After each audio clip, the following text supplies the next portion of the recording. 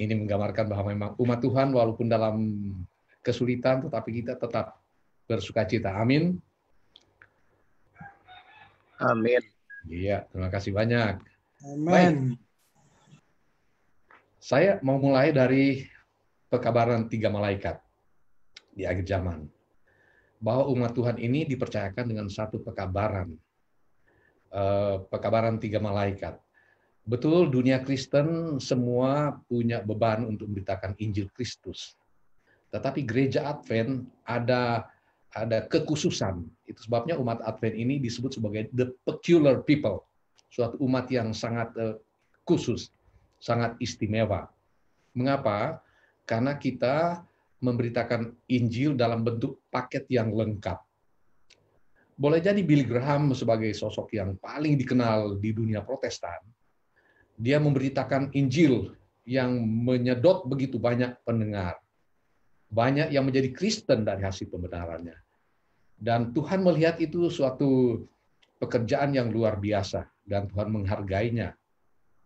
Hanya saja pemberitaan dari tokoh-tokoh gereja seperti itu, evangelis seperti itu, tidak selengkap gereja Advent. Karena kita punya paket. Sebagai contoh ya, mereka betul-betul luar biasa memberitakan Injil, tetapi mereka tidak beritakan mengenai Sabat, mereka tidak beritakan mengenai hidup sehat, dan itu ada di dalam paket pemberitaan Injil gereja Advent. Jadi kita dipercayakan satu tanggung jawab yang besar untuk keselamatan umat manusia. Baik, Wahyu 14 ayat 6, dan aku melihat seorang malaikat lain terbang di tengah-tengah langit dan padanya ada Injil yang kekal untuk diberitakan kepada mereka yang diam di atas bumi dan kepada semua bangsa dan suku dan bahasa dan kaum. Malaikat yang lain. Pernahkah kita berpikir siapa malaikat yang dimaksud malaikat lain itu di dalam kitab Wahyu pasal 14 ayat 6? Tentu malaikat ini disebut lain karena ia berbeda dengan malaikat yang datang memberitakan tentang juru selamat kepada gembala-gembala. Malaikat lain ini bukanlah apa yang kita kenal malaikat Gabriel, kalau Alkitab dulu menyebutkan malaikat Jibrail. Karena lain. Nah, lain ini yang perlu kita renungkan sekarang ini. Malaikat yang disebutkan di Wahyu 14 ayat 6 itu disebutkan sebagai utusan, messenger. Ada situ bahasa Ibraninya, ada situ bahasa Yunaninya, tapi kita tidak bahas itu. Mungkin kalau di kelas-kelas kita bisa perdalam itu. Tapi pengertiannya adalah malaikat itu adalah sebagai utusan, sebagai messenger. Baik. Malaikat lain itu adalah sebenarnya umat-umat Allah yang terlibat dalam tugas mengumandangkan Injil yang kekal kepada dunia. Nah, itulah yang dimaksud dengan malaikat lain. Mereka itu adalah umat-umat Allah yang terlibat dalam tugas mengumandangkan Injil yang kekal kepada dunia. Kalau begitu, siapa kira-kira mereka itu? Ada yang bisa menjawabnya? Siapa ini malaikat yang lain? Kita sebagai manusia. Kita semua. Terima kasih banyak ke sahabat saya, Ian Poli. Jadi malaikat itu adalah satu di antaranya Saudara Ian Poli, Gavin Enrico, Andini Pratiwi, Hiskia, dan lain sebagainya. Itu yang disebut dengan malaikat yang lain. Oke. Pekerjaan malaikat pertama itu adalah memberitakan yang isinya ialah takutlah akan Allah dan muliakanlah Dia karena telah tiba saat penghakimannya, dan sembahlah Dia yang telah menjadikan langit dan bumi dan laut dan semua mata air. Kabaran dari malaikat pertama adalah berisi 3 inti pekabaran. Pertama adalah dalam pekabaran itu kemahakuasaan Allah diberitakan. Siapa Allah itu? Dia adalah pencipta, dia adalah yang maha kuasa. Lalu pekabaran yang kedua dari malaikat pertama adalah penyembahan kepada Allah yang benar pada hari yang benar. Kalau begitu hari apa itu? Hari Sabat pasti. Nggak bisa hari lain. Mengapa? Karena hari Sabat itu adalah perayaan terhadap kemahakuasaan Allah sebagai pencipta. Dan ini harus dikaitkan dengan Keluaran pasal 20. Keluaran pasal 20 itu, di sana Allah itu dipredikatkan sebagai pencipta, maha kuasa. Dan ketiga adalah penghakiman, yang itu sudah lama terjadi, 1844. Ini penghakiman ini adalah memposisikan umat Allah pada sebuah keuntungan yang besar. Apa sebabnya? Di penghakiman ini, di sanalah Yesus berdiri sebagai pembela saudara dan saya sebagai umat Tuhan. Dan ini yang dikenal dengan investigative judgment, ya, penghakiman pemeriksaan. Karena ada berapa fase penghakiman. Investigative judgment itu yang berlangsung sejak 1844 sampai waktu kedatangan Yesus kedua kali. Kemudian ada millennial judgment, penghakiman masa 1000 tahun. Kemudian ada yang ketiga adalah yang disebut dengan executive judgment, penghakiman eksekusi, ya, hukuman mati. Nah, ini penghakiman pemeriksaan ini adalah kita bersyukur kepada Tuhan karena Yesus berdiri sebagai pembela kita. Ketika kita berdosa, kita mengaku dosa, maka Yesus membela kita di hadapan Bapa. Bukankah itu satu peluang, satu kesempatan yang luar biasa bagi kita? Dan pekabaran malaikat kedua adalah mengenai kejatuhan Babel. Dan seorang malaikat lain, malaikat kedua, menyusul dia dan berkata, sudah rubuh Babel, kota besar itu, yang telah memabukkan segala bangsa dan anggur hawa nafsu cabulnya. Ini berisi kejatuhan Babel. Pekabaran malaikat kedua ini adalah merupakan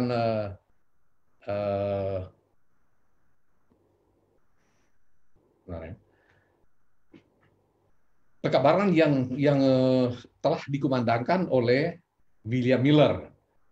Pekabaran itu sudah dimulai sejak 1843. Bahkan 1840 pekabaran itu sudah mulai dikumandangkan mengenai kejatuhan Babylon. Nah, pertanyaan sekarang, siapakah Babylon yang sudah jatuh itu? Ini perlu jelas bagi kita, oleh karena gereja Mahasiswa Advent hari ke-7 di mana kita ada sekarang dituduh, dicap sebagai Babylon yang sudah jatuh itu.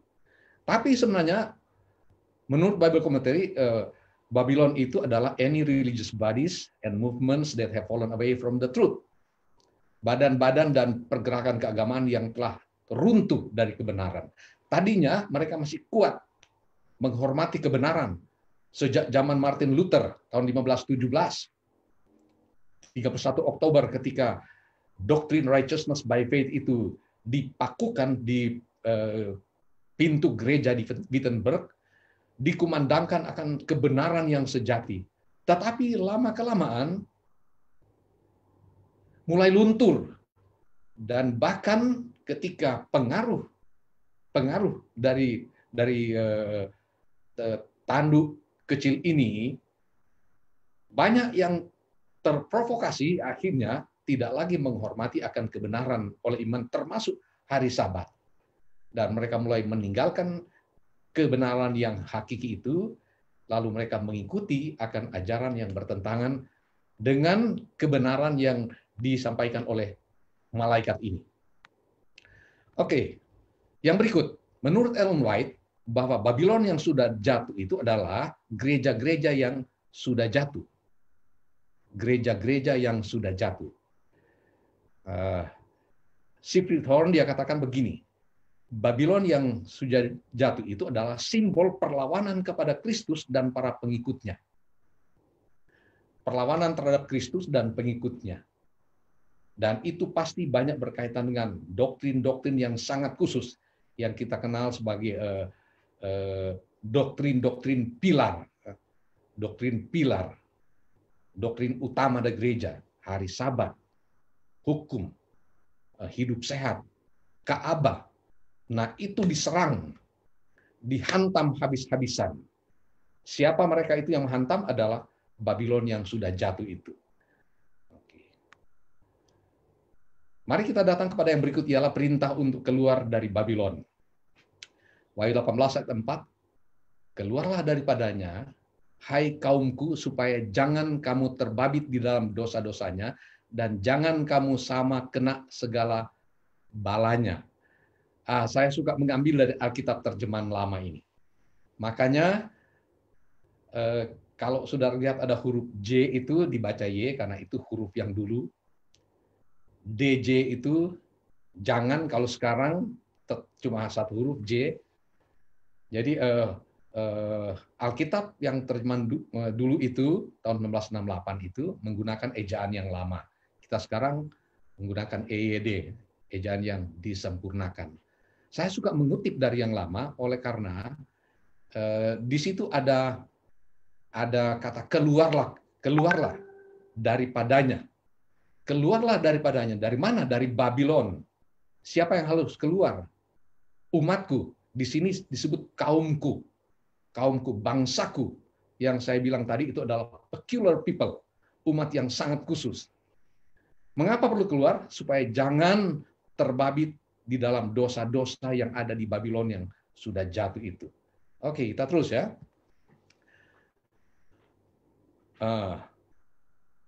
Sayang sekali ayat yang tadi itu, keluarlah kamu dari Babylon, itu digunakan oleh segelintir orang yang telah tinggalkan gereja, lalu mengajak umat-umat yang setia ini, apalagi orang muda. Banyak sekali orang muda yang terpengaruh. Jadi digunakan itu ayat tadi, keluarlah kamu dari Babylon, mereka gunakan itu untuk mengajak orang-orang muda banyak, supaya tinggalkan akan gereja Tuhan. Tinggalkan akan gereja Tuhan. Mereka bilang tidak perlu ada organisasi gereja. Tidak perlu, karena itu buatan manusia. Itu contohnya. Tidak perlu pergi ibadah ke gereja. Beribadah sendiri. Karena ibadah itu ada hubungan pribadi dengan Tuhan. Beda dengan konsep sekarang. Ya, kita beribadah di rumah bukan karena pengertian seperti itu. Kita beribadah di rumah oleh karena ini pandemik COVID-19 ini yang seluruh dunia mendapatkan dampaknya. Jadi umat-umat yang setia ini diprovokasi untuk keluar, tinggalkan akan gereja, karena gereja itu adalah Babylon yang sudah jatuh. Aku tahu segala pekerjaanmu, engkau tidak dingin dan tidak panas, alangkah baiknya jika engkau dingin atau panas. Jadi karena engkau suam-suam kuku dan tidak dingin atau tidak panas, aku akan memuntahkan engkau dari mulutku. Baik, saudara-saudara, ini dua ayat ini dijadikan sebagai dasar. Ya, yang tadi itu Wahyu 18 ayat 4, keluar daripadanya, hai kaumku, supaya jangan terbabit dengan dosa-dosa yang ada dalam Babylon yang sudah jatuh. Ayat yang kedua yang dijadikan sebagai dasar untuk mengajak keluar umat-umat Tuhan dari dalam gereja adalah ini. Dasarnya adalah gereja ini suam kuku dan tidak dingin, tidak panas, maka Tuhan akan muntahkan. Ya, Tuhan akan muntahkan. Ya, makanan yang sudah ada di dalam, muntahkan adalah luar biasa, menjijikkan sekali. Jadi akan dimuntahkan. Nah, jadi sekarang anggota-anggota gereja, ya, apalagi orang muda, mereka diajak untuk keluar. Kalau kamu tinggal di dalam, kamu akan dimuntahkan oleh Tuhan. Akan dilemparkan oleh Tuhan. Oke, mari kita lihat lagi. Itu yang gereja Laodikia kalian tadi, gereja yang ke-7 dari 7 jemaat, mulai dari Efesus, Smyrna, Tiatira, Pergamus, dan seterusnya. Jadi yang ke-7 itu adalah gereja Laodikia. Dan kalau kita melihat akan sejarah gereja yang dulu itu, tidak ada gereja yang ke-8, hanya sampai gereja yang ke-7. Tetapi sekarang berkembang dan sudah cukup lama untuk umat-umat yang ada di dalam, supaya jangan terbabit dengan dosa-dosa di dalam itu, keluar. Ini gereja yang ada dalam gereja Laodikia ini, umatnya diajak untuk keluar. Yesus akan masuk untuk memberikan kepada pribadi anggota-anggota gereja berkat yang limpah bila mereka mau membuka pintu hati padanya. ia tidak pernah menyebut mereka Babylon atau manggil mereka keluar. Oke, jelas ini kan? Sangat jelas. Pertama, Yesus tidak pernah menyebut umat yang ada dalam gereja Laodikia ini, gereja zaman ini, untuk keluar. Yang kedua, Tuhan tidak menyebut gereja itu adalah Babylon. Nah, kalau begitu siapa yang buat ini sebutan Babylon kepada gereja ini? Tentu ada orang-orang yang terus-menerus menyerang akan kebenaran yang sejati. Tapi ia berkata, sebanyak yang aku kasih, aku tegur dan hajar. Jadi dia tegur. Ada kekurangan? Ada, banyak kekurangan. Di Laodikia banyak. Tapi tidak berarti harus tinggalkan gereja. Orang-orang muda.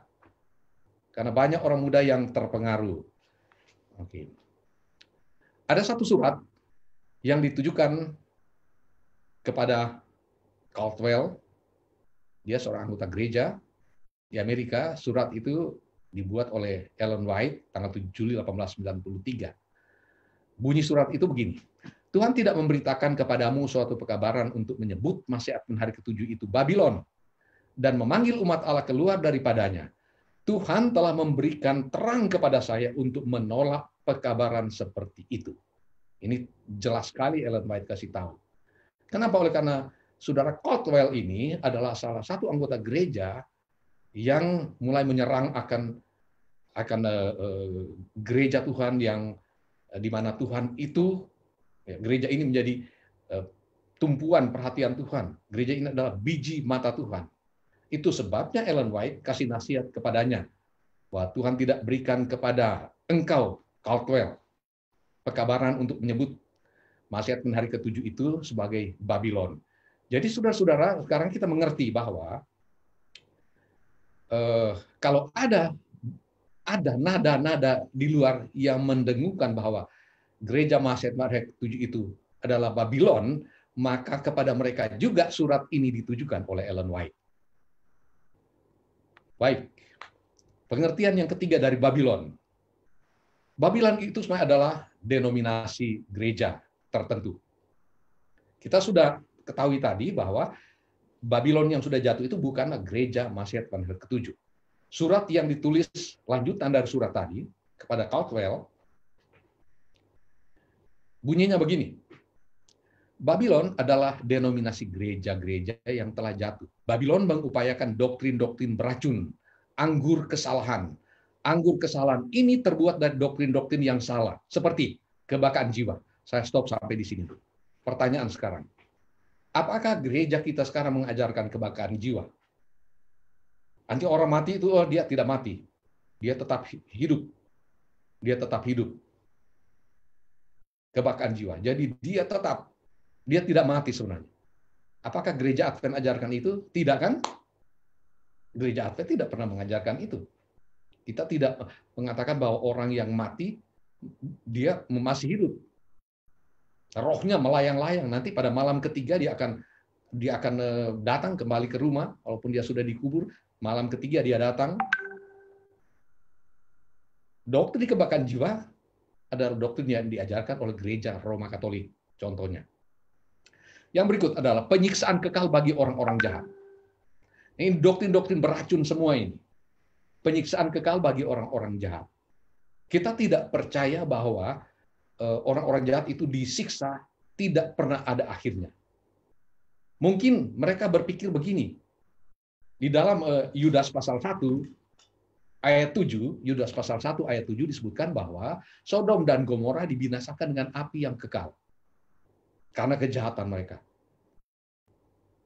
Demikian juga dengan orang-orang yang jahat akan dibinasakan dengan api yang kekal. Tapi pertanyaan sekarang adalah, apakah Sodom dan Gomora itu masih tetap menyala sampai sekarang? Tidak lagi kan? Kalau sampai itu masih menyala, bukan main. Semua TV seluruh dunia akan menyorot peristiwa itu terus-menerus. Jadi, api yang kekal itu sebenarnya tidak kekal, tidak terus-terus. Kata kekal itu sampai pada batas ketika kualitas dosa itu sudah berakhir, maka berakhirlah. Karena kalau kita memakai konsep api yang kekal, berarti kita menuduh Allah itu sebagai Allah yang tidak adil. Allah yang tidak adil. Lalu yang berikut adalah doktrin-doktrin sebagai doktrin-doktrin beracun ini adalah penyangkalan akan praeksistensi Kristus. Praeksistensi Kristus. Kristus itu dia adalah sebagai Allah. Lalu dia datang ke dunia ini, dia harus berinkarnasi menjadi manusia. Kenapa dia mesti berinkarnasi menjadi manusia? Oleh karena untuk pekerjaan penebusan, kalau dia datang ke dunia ini dalam status sebagai Allah, tidak merubah substansinya menjadi manusia, apakah ada yang bisa membunuh akan Allah? Tidak ada. Allah tidak akan pernah bisa mati. Kalau Allah tidak bisa mati, berarti penebusan itu tidak jalan. Karena manusia yang berdosa harus mati, ya. Roma 6 ayat 23, upah dosa ialah maut.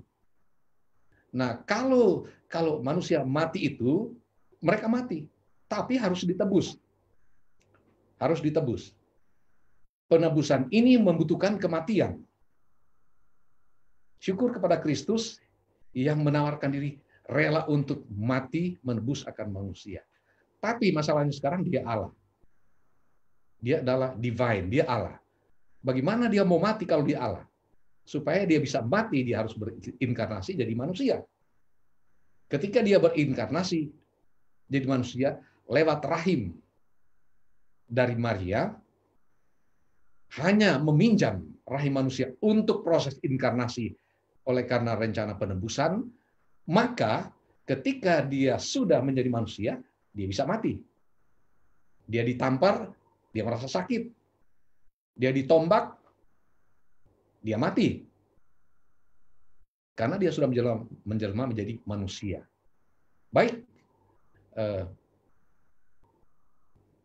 Ada lagi kalimat berikut. Nah, saya ulangi ya.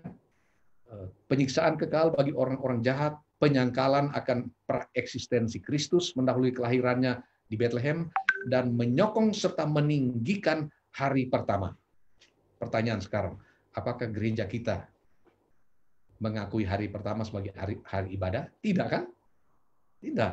Gereja kita mengakui hari Sabat sebagai hari untuk diasingkan, dikuduskan. Kata kudus ini dari bahasa Ibrani sebenarnya kados, artinya memisahkan, dipisahkan. Karena ini satu hari yang sangat spesial, di mana Allah itu ditinggikan sebagai Allah yang Maha Kuasa, pencipta langit dan bumi. Jadi semua doktrin-doktrin beracun itu bukan doktrin gereja Advent. Kalau begitu, kesimpulannya bahwa gereja Advent bukan Babylon. Jadi saudara-saudaraku, sahabat-sahabatku, orang-orang muda, tidak usah merasa kecil hati bahwa kita disebut oleh kelompok tertentu sebagai Babylon. Karena kita sudah dapati tadi bahwa ciri-ciri dari Babylon itu adalah mereka memiliki doktrin-doktrin yang beracun yang kita sudah bahas tadi. Baik.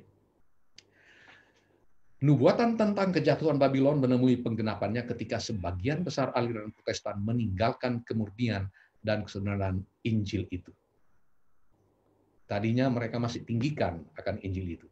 Tapi kemudian oleh karena ada ajaran yang diajarkan di luar daripada ajaran kitab suci, apalagi kalau kita belajar Daniel pasal 7, maka gereja tadinya Protestan masih murni, sudah dipelopori oleh Martin Luther, lama-kelamaan mereka mulai tinggalkan akan kebenaran yang sejati. Ikut terpengaruh dengan ajaran-ajaran yang berhubungan dengan kekafiran. Di gereja Katolik banyak sekali ajaran-ajaran yang diadopsi dari kekafiran. Oke. Jadi kita sudah mengerti sekarang bahwa gereja itu bukan Babylon. Kristus mengatakan mereka itu adalah garam dan terang. Kita baca dalam kutipan Ellen White ini, Selected Messages jilid 2 halaman 67, dia punya pekerjaan untuk dilakukan oleh jemaatnya. Mereka bukan disebut Babylon. Sekali lagi, mereka bukan disebut sebagai Babylon, tapi sebagai garam dunia. Garam dunia. Garam ini, kalau kita baca tulisan Ellen White, garam ini adalah pengaruh. Garam ini adalah pengaruh. Jadi gereja itu punya pengaruh dan harus memberikan pengaruh yang benar kepada orang-orang dunia. Sebabnya sekarang ada yang disebut sebagai pusat pengaruh. Jadi kita harus menjadi pusat pengaruh, memperlihatkan kepada orang lain apa sesungguhnya yang diinginkan oleh Kristus. Dan gereja itu sebagai garam, gereja itu juga sebagai terang. Gereja sebagai terang. Nah, kalau tadi pengaruh berarti kita harus menunjukkan pengaruh yang baik, pengaruh yang benar. Kalau kita sebagai terang berarti kita harus memberitakan akan Injil itu, memberitakan apa yang benar. Mereka harus menjadi juru kabar yang hidup untuk mengumandangkan pekabaran yang hidup pada akhir zaman ini. Pertanyaan yang berikut, haruskah kita keluar dari Laodikia, dari gereja ini? Ellen White menulis begini, Allah menyatakan bahwa sejarah masa lalu akan terulang apabila umat Allah memasuki pekerjaan terakhir. Setiap kebenaran yang Allah berikan untuk akhir zaman akan dikumandangkan di dunia. Setiap tonggak yang telah didirikan akan diperkuat. Kita tidak dapat untuk sekarang ini memasuki organisasi yang baru. Mengapa? Kenapa kita tidak bisa memasuki organisasi yang baru? Kenapa kita tidak bisa tinggalkan gereja? Karena berbuat ini berarti murtad.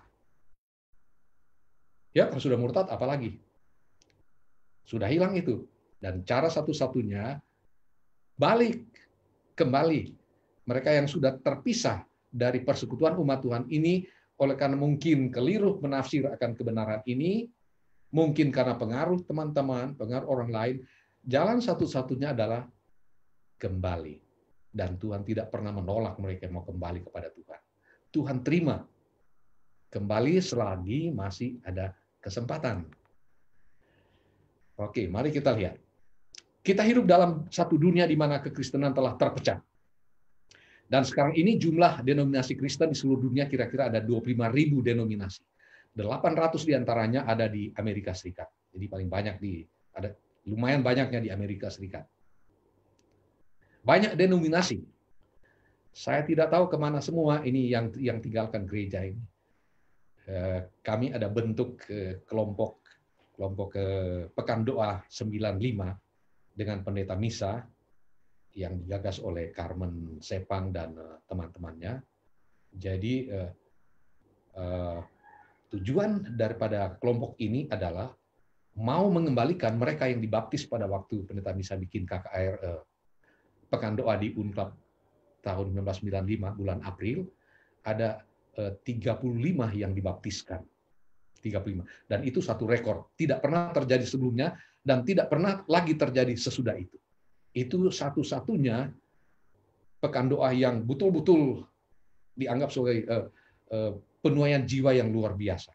Nah, sekarang banyak dari mereka telah tinggalkan gereja.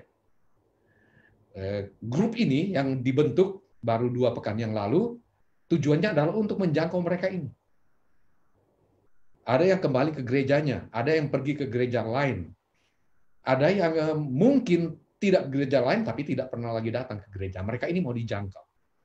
Jadi saudara-saudara, banyak juga dari antara umat-umat Tuhan yang sudah tinggalkan persekutuan umat Tuhan ini, pindah ke gereja lain karena pengaruh-pengaruh, dan mereka mungkin kurang matang dalam pengertian akan nilai-nilai kebenaran, sehingga mereka terdampak keluar. Mereka keluar tinggalkan gereja. Tapi bukan berarti mereka tidak ada kesempatan. Kesempatan itu tetap dibuka. Dan kita punya kewajiban untuk mengingatkan mereka. Ada banyak orang-orang muda yang tinggalkan gereja. Nanti saya kasih tahu sebentar bahwa statistik orang muda, mengapa mereka tinggalkan gereja. Itu yang dia teliti oleh Dr. Montesalin. Dia seorang peneliti gereja Masjid Tuhan Hari ke-7 yang luar biasa. Hasil-hasil penelitiannya ini memberikan gambaran bahwa ternyata banyak umat-umat Tuhan yang tinggalkan gereja, dan kebanyakan mereka adalah di umur 15 sampai 30 tahun. Artinya di masa umur orang-orang muda ini ada banyak alasan kenapa mereka tinggalkan gereja. Baik, alasan keluar. Nah, ini yang saya bilang tadi. Laporan dari Montesalin. Dia seorang peneliti gereja Masjid Menara ke-7. Jumlah keanggotaan gereja kita 18 juta. Tapi dalam 50 tahun terakhir ini, 1 di antara 3 anggota tinggalkan gereja. Jadi kalau ada 3 anggota gereja,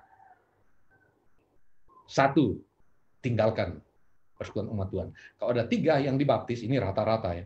Ada 3 yang dibaptis, 1 tinggalkan gereja. Ini 50 tahun terakhir.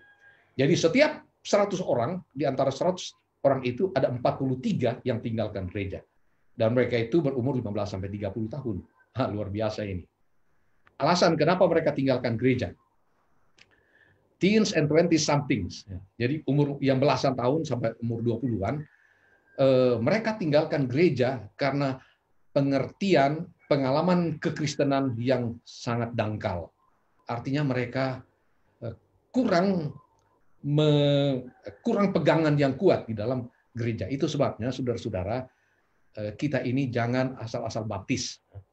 Mereka harus diajar betul-betul. Mereka harus di dalam doktrin. Mereka sudah yakin akan doktrin ini, lalu mereka itu dibaptis. Jangan cuma karena mau buru jiwa, sampai kualitas rohani itu tidak dipertimbangkan lagi. Yang penting capai baptisan. Wah, jemaat Taman Harapan, berapa tujuan tahun ini? Tujuan tahun ini adalah 30. Ya, karena mau buru ini, orang muda kerja keras. Kerja keras ini orang muda. Untuk menjangkau teman-teman orang muda mereka. Mungkin sesama satu sekolah, satu kelas. Berhasil semua. Kalau hanya untuk mengejar jiwa, itu kuantitas. Kuantitas itu dibutuhkan. Tapi yang paling penting adalah kualitasnya. Imannya, ya, kualitas. Artinya dia sudah betul-betul punya pegangan yang kuat, doktrin sudah dia pahami, dia tidak mudah goncang. Datang cobaan-cobaan, tidak mudah goncang dia. Dia akan bertahan walaupun badai corona sekarang ini. Nah, jadi ini yang belasan tahun sampai 20-an ini mereka punya pengalaman kekristenan itu sangat shallow ya, sangat dangkal. Tidak kuat di dalam doktrin.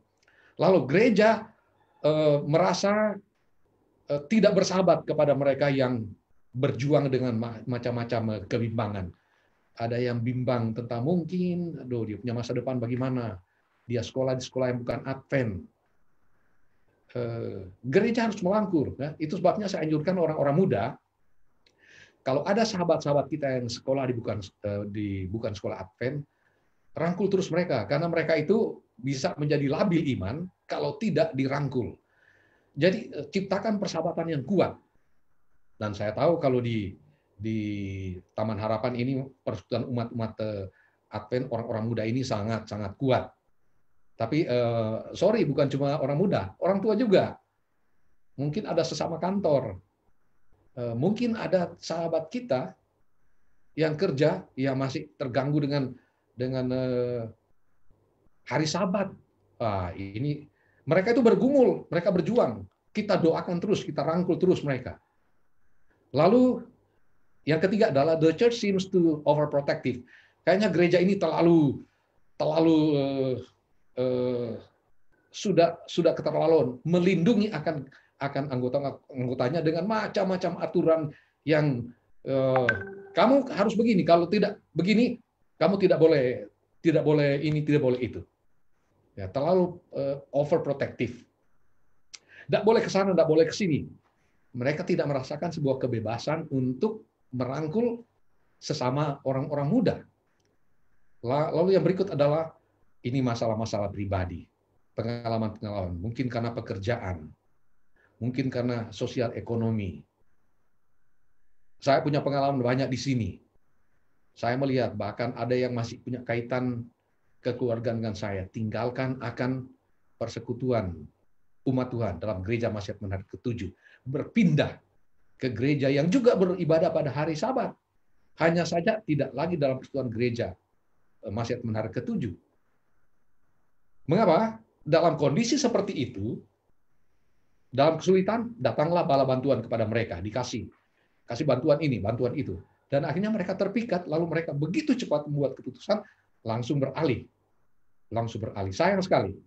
Nah, mereka ini yang punya masalah-masalah pribadi, pengalaman-pengalaman yang menyulitkan mereka, Kita perlu berikan perhatian, kita perlu bantu mereka itu. Oke. Ini mungkin tantangan yang perlu dipertimbangkan oleh orang-orang muda. Rasul Paulus menasihati jemaat yang ada di Roma 8 ayat 35, dia bilang begini, siapakah yang akan memisahkan kita dari kasih Kristus? Penindasan, atau kesesakan, atau penganiayaan, atau kelaparan, atau ketelanjangan, atau bahaya, atau pedang. Yang disebutkan sini, itu terjadi sekarang ini. Penindasan ada. Kesesakan, banyak. Umat-umat Tuhan banyak kesesakan dengan macam-macam problem. Penganiayaan ada. Yang mau dibaptis, dikejar-kejar oleh keluarga. Kelaparan, ada juga. Sekarang ini kesulitan banyak. Oleh karena ini COVID ini. Ketelanjangan, tidak punya pakaian. Nah, kita perlu berikan perhatian kepada mereka. Mari kita lihat situasi sekarang ini. Dampak dari virus corona. COVID-19. Coronavirus Disease 19.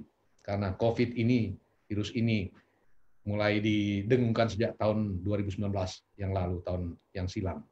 Dampak negatifnya adalah melumpuhkan perekonomian dunia. Itu jelas terlihat di mana-mana.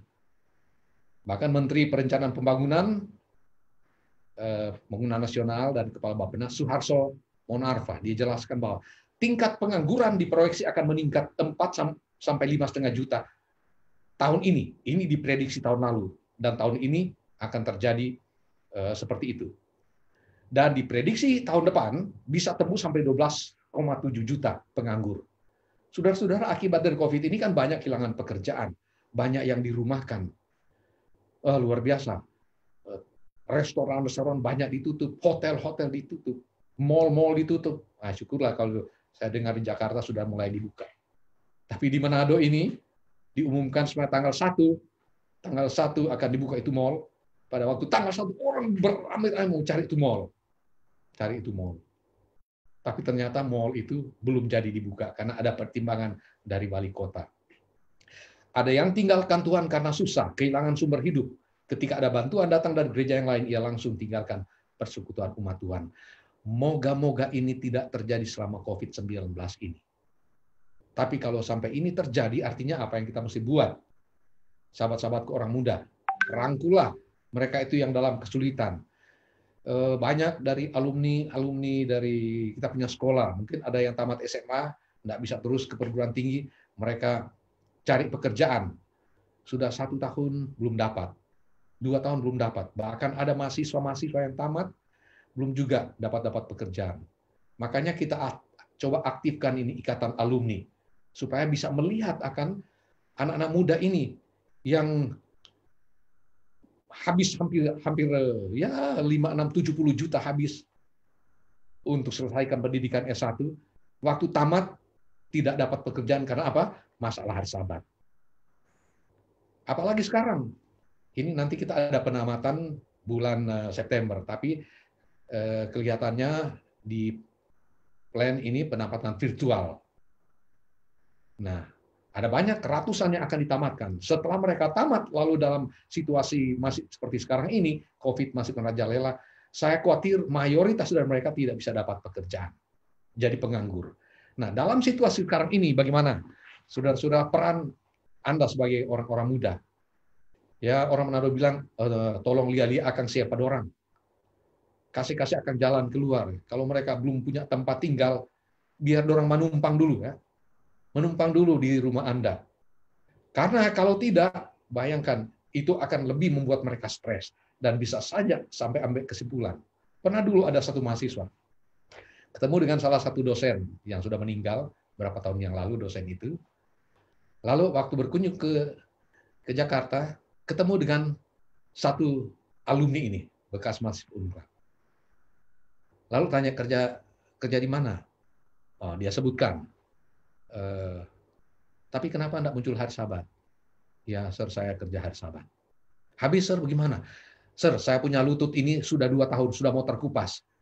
Tuhan tidak pernah menjawab doa saya. Tuhan tidak pernah melihat saya. Dia punya perasaan seperti Tuhan tinggalkan dia. Tapi sebenarnya Tuhan tidak tinggalkan dia. Paulus bilang tadi, Apakah yang memisahkan kita dari Kristus? Pedang, kesusahan, penderitaan. Harap itu tidak membuat kita terpisah dari Kristus. Tapi bagaimanapun juga kita sebagai manusia biasa sudah pasti stres juga. Nah, kita kan perlu makan. Anak-anak muda kita ini perlu makan. Cari kerja belum dapat perlu makan. Stres. Bantulah mereka agar mereka bisa terkurang mereka punya beban hidup. Bahkan akibat dari COVID-19 ini banyak sekali manusia yang terbunuh. Ya, saya coba tampilkan ini data. Data terakhir tanggal 3 Juli kemarin.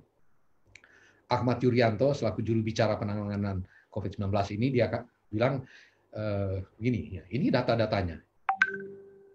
Secara dunia ini yang meninggal 524.878. Bagaimana dengan Indonesia yang meninggal 3.036. Di Sulawesi Utara saya cek kemarin ada 82 yang meninggal. Sudah 82. Tadinya cuma 1. Sudah 82 sekarang. Itu sebabnya mungkin itu alasan sehingga Pak Wali Kota belum mewujudkan rencana untuk buka itu mall di Manado tanggal 1 yang baru lewat.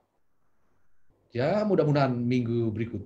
Tapi di Minahasa, khusus di Minahasa Induk, saya menghadiri pemakaman kemarin di Tondano, kemarin dulu.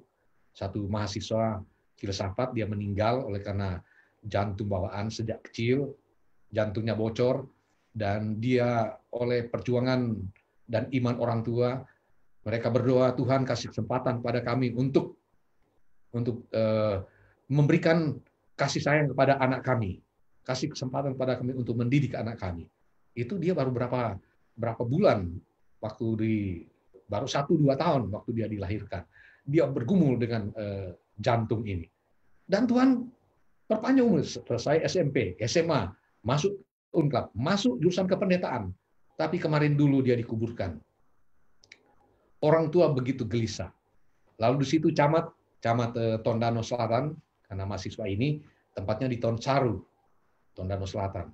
Camat kasih sambutan. Lalu dibilang mereka rencanakan tanggal 12 gereja akan dibuka, tapi harus ikut itu protokol kesehatan. Ikut protokol kesehatan. Jaga jarak di gereja, harus pakai masker semua, tidak boleh jabat tangan dan lain sebagainya. Ini dampak dari virus corona ini luar biasa. Membatasi kita. Sudah rindu sekali untuk bersekutu dengan orang-orang muda di gereja. Taman Harapan, sudah rindu semua. Tapi keadaan belum memungkinkan. Cuma berkomunikasi lewat medsos ini. Tapi puji Tuhan, kita masih bisa beribadah. Dampak virus COVID-19, dampak positifnya ialah ini. Corona menutup bar, klub malam, rumah border, rumah-rumah judi, tempat-tempat maksiat. Tidak bisa. Siapa yang mau pergi ke situ? Walaupun orang tidak tahu Tuhan, dia tidak berani pergi ke situ. Corona memaksa negara memperhatikan rakyatnya. Pertanyaan sekarang, apakah gereja juga memperhatikan akan anggota-anggotanya? Semoga ya, dan saya tahu gereja tetap kasih perhatian. Orang-orang muda harus diberikan perhatian yang ekstra untuk sekarang ini. Kalau tidak mereka semakin stres. Corona membuat kita belajar hidup sederhana. Mungkin tadinya biasa dengan apa yang mau dibeli semua ada, luar biasa. Lebih dari batas-batas kemampuan orang yang lain. Tapi sekarang lewat corona ini diajar hidup sederhana. Corona menyatukan keluarga kembali ke dalam rumah. Bayangkan, saya lihat betul-betul bagaimana ada sebagian orang yang saya kenal keluar dari rumah, termasuk ada keluarga saya. Tinggal di Depok Timur. Berangkat jam 4 pagi. Jam 4 pagi sudah berangkat. Jadi bikin renungan pagi, jam 4 tinggalkan rumah, pergi ke Senayan, kerja di sana. Dari Depok Timur. Cukup jauh. Waktu pulang sudah malam. Waktu pergi anak masih tidur. Ya, anak masih tidur. Waktu pulang anak sudah tidur. Jadi tidak sempat bercengkrama dengan anak-anak. Tetapi dengan corona ini, ya, keluarga disatukan. Perhatian lebih banyak orang tua terhadap anak-anak. Apalagi anak muda ini yang remaja-remaja, kalau mereka hilang perhatian, mereka cari perhatian di luar. Dan dampak corona ini menunggu mereka. Corona membangunkan manusia untuk mencari Tuhan. Corona membuat manusia banyak berdoa. Mungkin saudara sudah berkali-kali nonton itu video waktu di Italia. Karena di sana paling banyak yang lalu sebelum Amerika. Amerika sekarang sudah leading.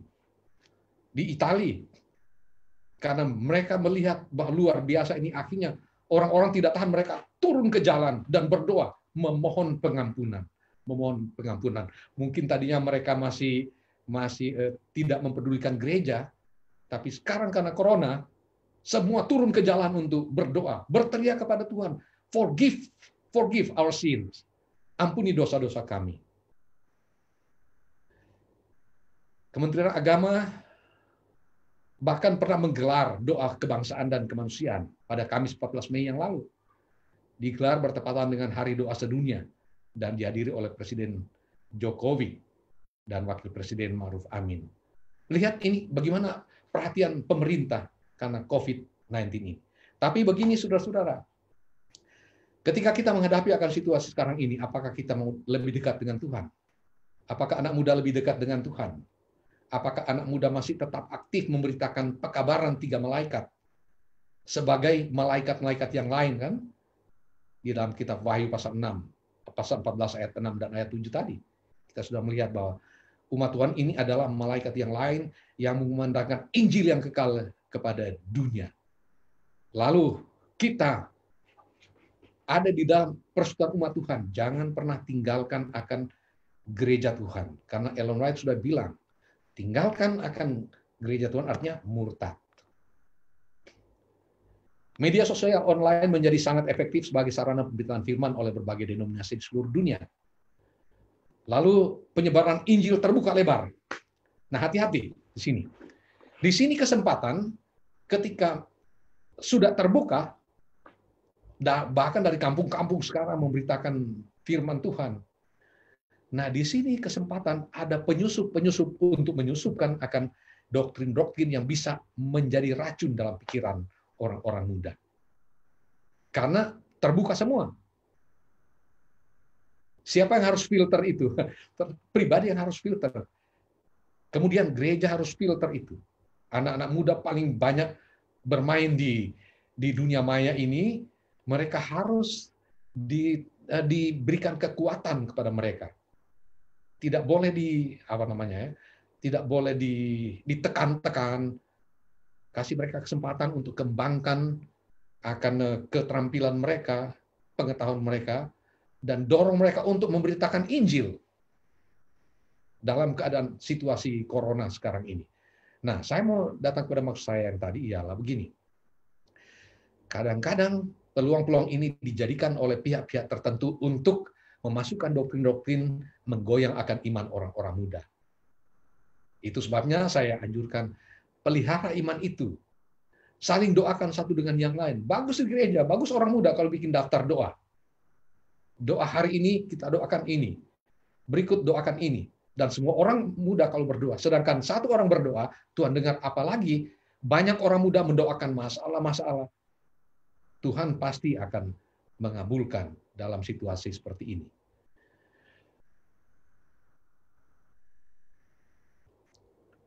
Oke, kita masih berbicara mengenai nasihat-nasihat dari Ellen White terhadap kemungkinan iman kita digoyang, bukan cuma dulu tapi sekarang digoyang oleh karena kebebasan bisa mengungkapkan pendapat lewat media sosial, semua terbuka, doktrin-doktrin yang keliru bisa masuk, menyusup. Maka ini nasihat. Saudaraku, saya pelajari bahwa engkau mengambil sikap bahwa gereja Masjid Tuhan Hari Ketujuh adalah Babylon, dan bahwa semua yang akan diselamatkan harus keluar daripadanya. Engkau bukanlah satu-satunya orang yang ditipu oleh musuh. Musuh itu maksudnya setan. Musuh itu tentang hal ini. Ini surat yang ditujukan oleh Ellen White kepada saudara Stanton. Dan saudara Stanton ini adalah satu anggota gereja yang setia tadinya, kemudian dia mulai tinggalkan persekutuan umat Tuhan. Dan dia memprovokasi anggota-anggota gereja untuk tinggalkan akan gereja karena gereja sudah menjadi Babylon. Ini nasihatnya.